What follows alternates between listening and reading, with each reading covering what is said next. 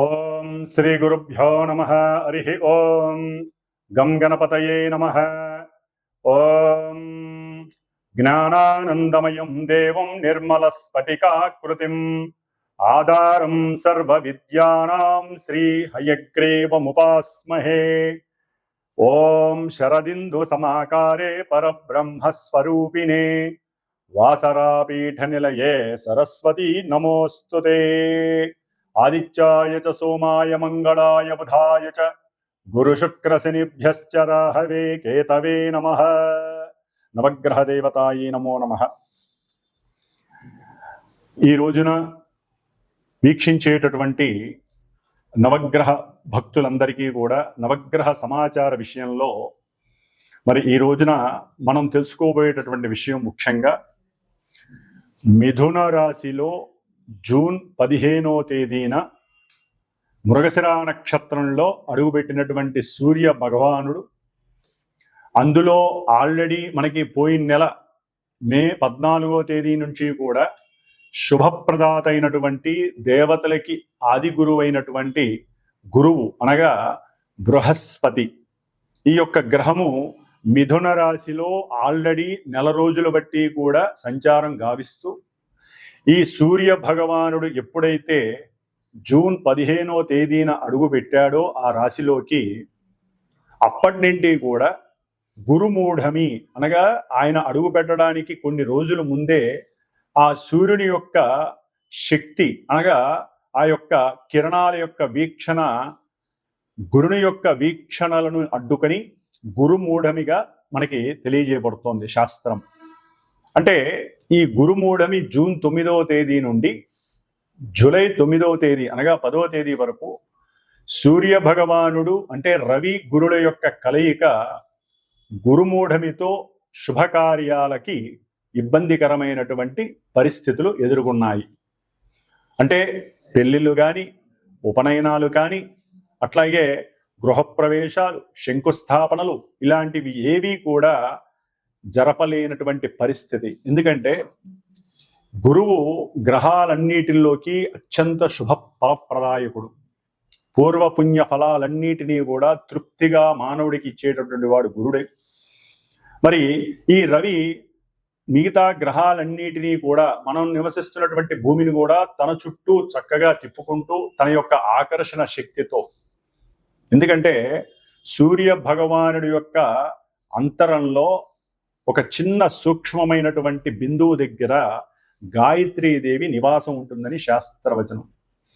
అందుకని ఆ సూర్యుని యొక్క శక్తి తట్టుకోలేక అన్ని గ్రహాలు కూడా మూఢత్వాన్ని పొందుతాయి, అంటే బలాన్ని కోల్పోతాయి అని అర్థం. వాటిల్లో ముఖ్యంగా గురువు, అట్లాగే శుక్రుడు చాలా విశేషమైనటువంటి శుక్రమూఢమి, గురమూఢమి అనేటటువంటిది మనకి సంవత్సరంలో 2 సార్లు 1 సారో వస్తూ ఉంటాయి. శుభకార్యాలు ఏవి జరపరు. మరి అలాంటి సూర్యుడు, ఈ సూర్యుడు ముఖ్యంగా అధికారాన్ని, అట్లాగే కీర్తిని, హోదాన్ని, ఉద్యోగ దర్పాన్ని, ఉద్యోగ బాధ్యతలను, అట్లాగే పితృశాసనాన్ని అంటే తండ్రి యొక్క ఆశ్రయాన్ని కానీ, తండ్రి యొక్క ఆదరణని కానీ, పితృసేవా మార్గాన్ని కానీ, అట్లాగే హోదా, అట్లాగే కార్యశీలుడు అంటే ఎటువంటి కార్యాన్నైనా సరే అచంచలంగా, నిర్మోహమాటంగా, ముక్కుసూటిగా నిర్వర్తించేటటువంటి వాడు సూర్య భగవానుడు.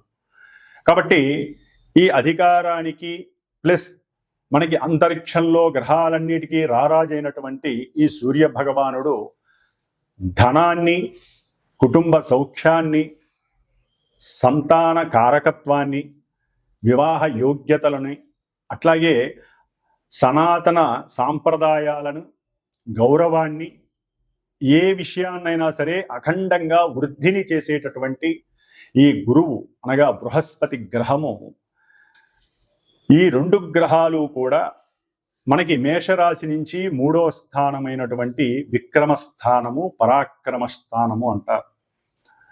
ఈ యొక్క స్థానంలో రవికి చాలా విశేషమైనటువంటి సౌఖ్యకరం ఈ యొక్క క్షేత్రం. ఎందుకంటే ఇది మిత్రుడు, రవికి మిత్రుడైనటువంటి బుధుడు యొక్క క్షేత్రము.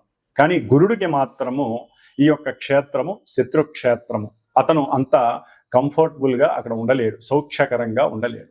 అంటే ధనపరంగా కానీ అతను ఇచ్చేటటువంటి శుభాలకన్నిటికీ కూడా గురుడు కొంత ఇచ్చేటటువంటి పరిస్థితుల యొక్క స్థాయి కొంచెం తగ్గే అవకాశం ఉంటుంది. ముఖ్యంగా రవితో కలిసినటువంటి ఈ గురుడు ఈ మిథున రాశిలో ఉండటం ద్వారా కొంచెం ఇంకా పటుత్వాన్ని కోల్పోయి గురుమూఢమి ద్వారా గురుడిచ్చే ఫలితాలలో కొంత కాంప్లికేషన్స్ ఉంటాయి. అట్లాగే కొన్ని ఇబ్బందికరమైనటువంటి పరిస్థితులు కూడా తలెత్తుతూ ఉంటాయి. మరి ఈ వ్యాపార క్షేత్రమైనటువంటి ఈ యొక్క మిథున రాశిలో రవి మరియు గురుడు రెండు కూడా మిత్రగ్రహాలు, అతిమిత్రగ్రహాలు. సూర్యుడికి గురుడికి కూడా మిత్రత్వం చాలా ఎక్కువ. మరి ఈ రెండు మిత్రగ్రహాలు ఈ బుధరాశిలో వ్యాపార క్షేత్రము అంటే లావాదేవీలు, వ్యాపారంలో ఎటువంటి లావాదేవీలైనా సరే ఈ యొక్క క్షేత్రంలో ధనకారకుడైనటువంటి గురుడు, అధికారాన్ని నాయకత్వాన్ని కలిగినటువంటి రవి, ముఖ్యంగా అది ఆ అధికారం అంటే అది పారిశ్రామికవేత్తలు కావచ్చు, లేదా రాజకీయ రంగంలో నిపుణులు కావచ్చు, రాజకీయ రంగంలో చతురతని చేసేటటువంటి పెద్ద పెద్ద నాయకులు కావచ్చు, ఏ పోస్ట్లో ఉన్నటువంటి వాళ్ళైనా సరే, అట్లాగే ముఖ్యంగా న్యాయస్థాన జడ్జీలు కావచ్చు, టీచర్లు కావచ్చు, వ్యాపారాన్ని ఈ సమయంలో సద్వినియోగం చేసుకునేటటువంటి వారు ఎవరైనా సరే ఈ రవి గురుల్ని ఏ విధంగా ఆరాధిస్తే మంచి జరుగుతుంది, శుభప్రదం అవుతుంది. ఈ నెలన్నాళ్ళు కూడా అంటే జూన్ 15వ తేదీ నుండి జూలై 15వ తేదీ వరకు 16వ తేదీ వరకు కూడా ఈ రవి గురుల యొక్క సంగమం అనేటటువంటిది, గురుమూఢం పక్కన పెట్టండి, సంగమం అనేటటువంటిది మనకి మేషరాశ్యాదిగా మీనరాశి పర్యంతం వారు ఉన్నటువంటి స్థానాలను బట్టి, వారు ఉన్నటువంటి మరి నక్షత్రాన్ని బట్టి, అట్లాగే వారికి ఉన్నటువంటి ఆధిపత్య స్థానాలను బట్టి కూడా వారు ఎన్నో రకాలైనటువంటి ప్రభావాలని మన జీవితంలో ఈ నెల రోజులు కూడా చూపించే అవకాశం ఉంటుంది. అందులో ముఖ్యంగా ఇంకొక చిన్న విచిత్రమైనటువంటి విషయం మనకి కనపడుతోంది. రాహువు. ఈ రాహువు కుంభరాశిలో ఉన్నాడు మహానుభావుడు. ఈ రాహువు తన యొక్క ఆ వక్ర దృష్టితో చక్కగా గురు మహానుభావుణ్ణి, మిథున రాశిని, వ్యాపార క్షేత్రాన్ని, ఇప్పుడు రవిని కూడా చూస్తున్నాడు రాహువు. గురుడు చూస్తే రాహు యొక్క నక్షత్రంలోకి మనకి మొన్ననే వచ్చాడు 14వ తారీఖున. అంటే గురుడికి రాహువుతో అత్యంత సంయోగ స్థితి నడుస్తోంది. దీనినే శాస్త్రరీత్యా గురు చండాలత్వ యోగము అని కూడా అంటారు. గురు చండాలత్వం మహాదోషప్రదం ఇది. అంటే సనాతన ధర్మాన్ని పక్కన పెట్టేటటువంటి తత్వం కలిగి ఉంటారు కొంతమంది జాతకులు. అట్లాగే ధనపరమైనటువంటి ఎన్నో అప్లికేషన్స్ అనేవి జరిగే అవకాశం ఉంటుంది. సెన్సెక్స్ షేర్స్ యొక్క విషయాలలో వృద్ధి జరిగే అవకాశం ఉంటుంది, కానీ కొంత వారి యొక్క జ్ఞానాన్ని కనుక సరిగ్గా యూజ్ చేయకపోతే మటుకు చక్కగా పతనం అయ్యేటటువంటి పరిస్థితి ఉంటుంది. ప్రపంచవ్యాప్తంగా ఈ యొక్క గురు చండాలత్వ యోగం అనేటటువంటిది షేర్ మార్కెట్ మీద కొంచెం ప్రభావితం చూపిస్తుంది అనుకోవటంలో తప్పు లేదు. అట్లాగే న్యాయస్థానాల్లో కూడా అబద్ధపు సాక్ష్యాల ద్వారా కూడా కొంతమంది తప్పు చేసిన వాళ్ళు బయటపడే పరిస్థితులు ఉంటాయి. దాని ద్వారా కూడా కొన్ని విపరీతమైనటువంటి పరిస్థితులు మనకు కనిపించే అవకాశాలు ఈ నెల రోజుల్లో కనిపిస్తున్నాయి.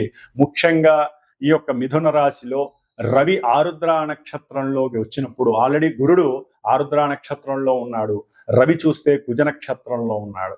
ఈ కుజరాహువుల యొక్క సంయోగ స్థితి ఆల్రెడీ సింహరాశి కుంభరాశికి నడుస్తోంది.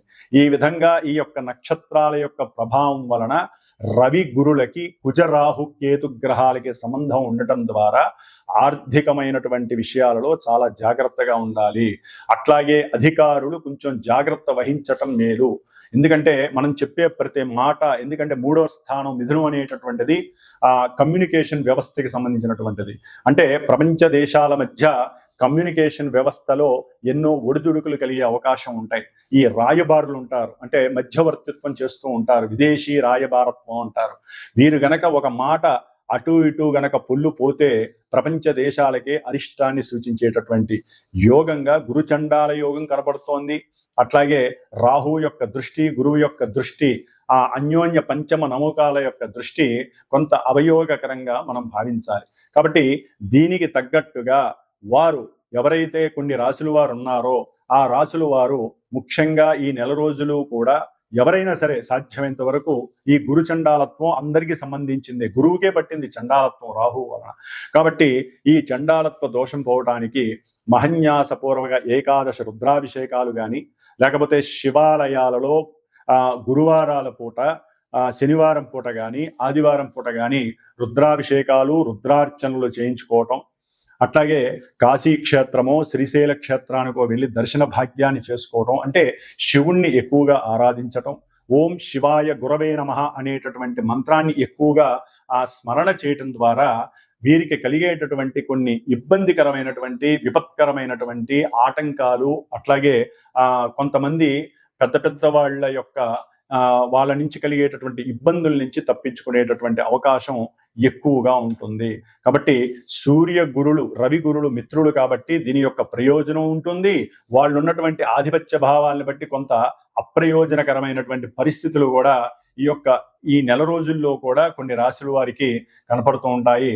కాబట్టి మేషరాశి నుంచి మీనరాశి వారి వరకు ఏ రాశుల వారికి ఈ రవి గురులు ఇక్కడ ఉండటం ద్వారా శుభాలు జరుగుతాయి, కొంతమందికి ఇబ్బందులు కలుగుతాయి అనేటటువంటి విషయాన్ని మనం చక్కగా తెలుసుకోగలిగితే గనక దానికి తగ్గట్టుగా పరిహారం ఆచరిస్తూ, సింపుల్ పరిహారాలు ఆచరిస్తూ మనం ఈ నెల రోజులు ఈ 2 గ్రహాలు ఇచ్చేటటువంటి ఫలితాలని ఆస్వాదిస్తూ మనం చేసుకునేటటువంటి చిన్న చిన్న పరిహారాల ద్వారా చక్కటి ప్రయోజనాన్ని అట్లాగే రవి ఆత్మశక్తిని ప్రబోధిస్తాడు. అంటే ఆత్మశక్తి ఎక్కడా కూడా నెగ్లెక్ట్ చేయడు. అంత ప్రణాళికల ద్వారా గురుడు కూడా ప్రణాళికాబద్ధంగా చక్కటి లోక జ్ఞానాన్ని ఆస్వాదించి ఆ లోక జ్ఞానాన్ని తను స్వీకరించి వెదజల్లుతూ ఉంటాడు. కాబట్టి ఇప్పుడు కొంచెం బలహీనంగా ఉన్నాడు కాబట్టి గురుడికి ఏం చేయాలో కూడా మనం చూద్దాం. గురువుకి సంబంధించినటువంటి స్తోత్రాన్ని అందరూ కూడా ముఖ్యంగా దత్త ఆరాధన చేయటం, గానుగాపూర్ దర్శనం చేయటం ద్వారా కూడా గురువు ఇచ్చేటటువంటి నెగిటివ్ ఫలితాలు లేకుండా గురు చండాలత్వ యోగ దోషాన్ని మనం ఉపసంహరించుకొని, అట్లాగే ఈ యొక్క రాహు చేత చూడబడుతున్నటువంటి రవి గురుల యొక్క దోషాన్ని పోగొట్టుకునేటటువంటి పరిస్థితి దుర్గాదేవి ఆరాధన చేయటం ద్వారా కూడా రాహుని ఉపశమనం చేయటానికి అవకాశాలు ఉన్నాయి. కాబట్టి సాధ్యమైనంత వరకు అందరూ కూడా దత్త కవచాన్ని కానీ, దత్తాత్రేయుడి యొక్క గురు చరిత్ర పారాయణని కానీ ఈ నెల రోజులు కూడా వీలుంటే రోజుకి 1 పావు గంట కేటాయించి చదివినట్లయితే ఈ గురుగ్రహ జాతకులు కానీ, అట్లాగే గురువు యొక్క రాశులకి సంబంధించిన వారు కానీ, గురు నక్షత్రాలైనటువంటి పునర్వసు, విశాఖ, పూర్వభాద్ర నక్షత్ర జాతకులు కానివ్వండి, ధనస్సు మీనరాశుల వారు కానివ్వండి, గురు మహర్దశలు, అంతర్దశలు, విదశలు జరుగుతున్న వారు జన్మలగ్న రీత్యా ఉన్నటువంటి పరిస్థితులను బట్టి ఈ గోచారంలో వారికి కొన్ని ఇబ్బందులు కలగడానికి అవకాశం ఉంటాయి. కొంతమందికి అదే అనుకూలమైనటువంటి పరిస్థితులు కూడా కలుగుతాయి. ఏదేమైనప్పటికీ గోచారం అనేటటువంటిది ఒక సూచన మాత్రమే తెలియజేస్తుంది. జన్మజాతకం అనేటటువంటిది దశలు, అంతర్దశలు, మనం పుట్టినప్పుడు ఉన్నటువంటి ఆ యొక్క గ్రహాల యొక్క స్థితిగతులు, అవి ఉన్నటువంటి నక్షత్రాలని బట్టి అవి ఆడేటటువంటి ఆటలో ఈ యొక్క గోచారంలో మనం పావులం అవుతాము. కాబట్టి అప్పుడు జరిగేటటువంటి సిచ్యువేషన్స్ అన్ని రాసి పెట్టుంటాయి. కాబట్టి గోచారంలో అవి ఏ విధంగా జరుగుతాయి, వాటికి గురువుల ద్వారా అంటే మా ద్వారా సూచించబడినటువంటి పరిహారాలను ఏ విధంగా ఆచరించాలి, వేద మంత్రాలని మనం పట్టుకొని వేలాడాల్సిందే. వేద మంత్రోక్తంగా మాత్రమే గ్రహాలని ఉపసంహరించుకోవాలి. అంటే గ్రహాలు ఇచ్చేటటువంటి నెగిటివ్ రూల్స్ని, నెగిటివ్స్ని కూడా మనం పారద్రోలుకోవాలని వేదశాస్త్రం చెబుతోంది. కాబట్టి శాస్త్రంలో ఈ యొక్క జ్యోతిష్య శాస్త్రం కావచ్చు, మంత్రశాస్త్రం, ఇవన్నీ కూడా అనుసంధానం కలిగి అన్నీ కూడా మన యొక్క రక్షణ కోసమే మన యొక్క ఋషులు కానీ, పూర్వీకులు కానీ, దైవం కానీ మనకి ప్రసాదించినటువంటి వరాలుగా అందరూ తెలుసుకోవాల్సినటువంటి విషయం. కాబట్టి ఇప్పుడు మనకి మేషరాశి నుంచి మీనరాశి వరకు ఏ విధంగా మనకి రవి గురుల యొక్క అనుకూలతలు, ప్రతికూలతలు ఉంటాయో తెలుసుకుందాం. మిథున రాశి వారికి ఈ నెల జూన్ 15వ తేదీ నుండి కూడా జూలై 16వ తేదీ వరకు జన్మరాశిలో 2 మిత్రగ్రహాలైనటువంటి సూర్యుడు, బృహస్పతి, ఈ 2 కూడా ఒకదానికొకటి చాలా మిత్రగ్రహాలు. ఆయనేమో ధనానికి అట్లాగే జ్ఞానానికి కారకుడైతే సూర్యుడు అధికారానికి కారకత్వం వహిస్తాడు. వీళ్ళిద్దరూ కలిసి వాక్ చాతుర్యాన్ని, ఉన్నతమైనటువంటి వాక్కు అంటే కమ్యూనికేషన్ వ్యవస్థని, రాయబారుల యొక్క వ్యవస్థని, అట్లాగే వ్యాపార క్షేత్రంలో ఈ రవి గురుడు ఇద్దరు ఉండటం అనేటటువంటిది మిథున రాశి వారికి ఒకందుకు శుభప్రదమనే చెప్పుకోవాలి. ఎందుకంటే సూర్యుడు మరి వ్యాపార స్థానంలో ఉండి విశేషంగా గవర్నమెంట్ త్రూ ఎవరైతే ఏజెన్సీస్ ఉంటారో వారికి ముఖ్యంగా వారి ద్వారా కానీ సహాయ సహకారాలు, అంటే వీరు ఏదైనా వ్యాపారం పెట్టుకోవాలి అనుకున్నప్పుడు వారి ద్వారా ధన సహాయ సహకారాలు అందేటట్టు చేయటం ఈ ఏజెన్సీ ఎవరైతే ఉన్నారో వారు, లేదా మధ్యవర్తిత్వం కలిగినటువంటి ఏజెన్సీస్, అంటే గవర్నమెంట్కి కానీ వ్యాపార వ్యవస్థలకు కానీ కొన్ని ఏజెన్సీస్ ఉంటాయి. ఆ ఏజెన్సీస్ వ్యవస్థల్లో చేసేటువంటి వారికి కానీ ఈ యొక్క అఖండమైనటువంటి వ్యాపార వృద్ధి జరగటానికి రవిగురుల యొక్క మిశ్రమ సమ్మేళనం చాలా చాలా చక్కగా ఉపయోగపడుతోంది. అట్లాగే సంతానంతో వీరు చక్కటి ప్రయాణాలు చేస్తారు, అలసిపోతారు, బాధపడతారు, ఆర్థికంగా ధన నష్టం కలిగినందుకు బాధపడతారు. అట్లాగే ఎందుకని వీరు ఏదైనా ఒక ప్రయాణానికి సంకల్పించుకుంటారు. ఈ యొక్క మిథున రాశి వారు సంతానంతో, తండ్రితో, అట్లాగే కుటుంబ సభ్యులతో, లేకపోతే ఎవరితోనైనా సరే అప్పటికప్పుడు పరిచయమైన వారితో కానీ పరిచయం ఉన్న వాళ్ళతో అయినా సరే ఏదైనా పుణ్యక్షేత్ర దర్శనం చేద్దాము అని చెప్పి సంకల్పించుకుంటారు. సమయానికి సరైనటువంటి ధనము లభించకపోవడం, తండ్రి నుంచి సహాయ సహకారాలు సమయానికి అందకపోవడం ద్వారా కొంచెం కమ్యూనికేషన్ వ్యవస్థలో లోపాయకరమైనటువంటి పరిస్థితులు కలగటం, ఇవన్నీ కూడా కలగటం ద్వారా ప్రయాణానికి ఆటంకాలు, అడ్డంకులు, ఇబ్బందులు కలిగి వీరు కొంచెం మానసికంగా ఇబ్బంది పడటానికి అవకాశం ఉంటుంది. దాని ద్వారా శారీరక అలసట, అట్లాగే శిరోబాధలు కలగడానికి అవకాశం ఉంటుంది. ముఖ్యంగా ఈ యొక్క మిథున రాశిలో రవి గురుల యొక్క సంయోగం అనేటటువంటిది మంచి కీర్తి ప్రతిష్టలకి సంబంధించి వ్యాపారంలో పూర్వజన్మల్లో చేసుకున్నటువంటి పుణ్యఫలం వ్యాపార స్థితిలో వీరు చక్కగా గవర్నమెంట్ వ్యవస్థలతో టైఅప్ అయి ఆ యొక్క వారు చేసేటటువంటి వ్యాపారాన్ని చక్కటి విస్తరణ చేసేటటువంటి ఆలోచనలకి సరైనటువంటి ప్రణాళికల్ని సిద్ధం చేస్తారు. వారి యొక్క స్వయం కృషి, వారికి ఉన్నటువంటి లోక పరిజ్ఞానము, వారు చదువుకున్నటువంటి చదువు కానివ్వండి, లేదా భార్య యొక్క సహాయ సహకారాలు కానివ్వండి, అట్లాగే వారు చేసేటటువంటి ఉద్యోగంలో ఏదో రకంగా ధనాన్ని కొంత పెట్టుబడిగా తీసుకొచ్చి ఈ వ్యాపారంలో పెట్టడం ద్వారా సమయానికి సరైనటువంటి ఆర్థిక పరమైనటువంటి ఫ్లక్చువేషన్స్ లేక వీరు చేసేటటువంటి ప్రతి కృషి, అంటే వీరు ఇంతకు ముందు వరకు ఈ క్షణం వరకు చేసుకున్నటువంటి పూర్వజన్మ పుణ్య ఫలితం అనేటటువంటిది వ్యాపారంలో విస్తరణ చేయటానికి, ఆలోచన మార్గాన్ని సుగమం చేసుకోవడానికి, ఆలోచన సరళి కానీ కార్యశీలత కానీ, అట్లాగే పట్టు వీడని విక్రమార్కుల్లాగా వీరు ఆర్థికంగా కానీ గవర్నమెంట్ వాళ్ళతో కానీ ఎక్కువ చర్చలు చేస్తారు. ఈ వ్యాపారం చేయాలంటే ఆ వ్యాపారం చేసేంత వరకు నిద్రపోరు. అంతటి వాక్చాతుర్యాన్ని వారు మూటగట్టుకొని చక్కగా ముందుకు వెళ్ళిపోతారు. కాబట్టి అవసరమైతే కుటుంబంలో తండ్రి నుంచి అయినా సరే సహాయ సహకారాలు తీసుకుంటారు. కాకపోతే ఏంటంటే తీసుకునేటప్పుడు కొంత వాళ్ళు రాసుకునేటటువంటి అంటే వారు రాసుకునేటువంటి వ్రాతపూర్వకమైనటువంటి విషయాల్లో కొంచెం పట్టు అనేది సడలింపు కలుగుతుంది. దాని ద్వారా కొంచెం మాట వచ్చి వీరు అనుకున్నటువంటి అంత ధనం లభించకపోవడానికి కూడా అవకాశం ఉంటుంది. ముఖ్యంగా ఆరోగ్య విషయంలో నరాలకి సంబంధించి, అంటే మెడకి సంబంధించి నరాలకు సంబంధించినటువంటి వ్యవస్థలో కానివ్వండి, లేకపోతే ప్రయాణాల్లో కొంచెం ఆటంకాలు, అడ్డంకులు, ధనపరమైనటువంటి సమస్యలు కలగటం కానీ జరగడానికి అవకాశం ఉంటుంది. ఎందుకంటే రవి గురుడు జన్మ రాశిలో ఉండటం అనేటటువంటిది కొంత అనారోగ్య సూచనలు కలుగజేస్తుంది. మిత్రులు కాబట్టి, అందులో రాహు యొక్క నక్షత్రంలో ఉన్నారు కాబట్టి ఆ దోషాన్ని ఉపసంహరణం చేసుకోవటానికి సాధ్యమైనంత వరకు ఒక్కసారైనా సరే ఈ నెల రోజుల్లో మీరు రుద్రాభిషేకం, ఇంట్లో పంచామృత రుద్రాభిషేకం చేసుకోండి. లేదా దుర్గాదేవి యొక్క సహస్రనామాన్ని ప్రతి ఆదివారం రోజు కానివ్వండి, అట్లాగే విష్ణు సహస్రనామ స్తోత్ర పారాయణని వ్యాపార అభివృద్ధి గురించి చక్కగా ఏదైనా ఒక బుధవారం రోజు కానీ, గురువారం రోజు కానీ, ఆదివారం రోజు కానివ్వండి ప్రశాంతమైనటువంటి చిత్తంతో కూర్చొని ఆచరించినట్లయితే ఈ రవి గురుల యొక్క సంయోగం అనేటటువంటిది మీ యొక్క జన్మరాశికి చక్కటి వైవిధ్యకరమైనటువంటి ఆర్థిక పరిస్థితుల్ని కలుగజేస్తుంది. అట్లాగే ప్రభుత్వ సహాయాలని సలహాలని కూడా మీకు అందజేసే అవకాశం ఉంటుంది. ఓం శ్రీమాత్రే నమః.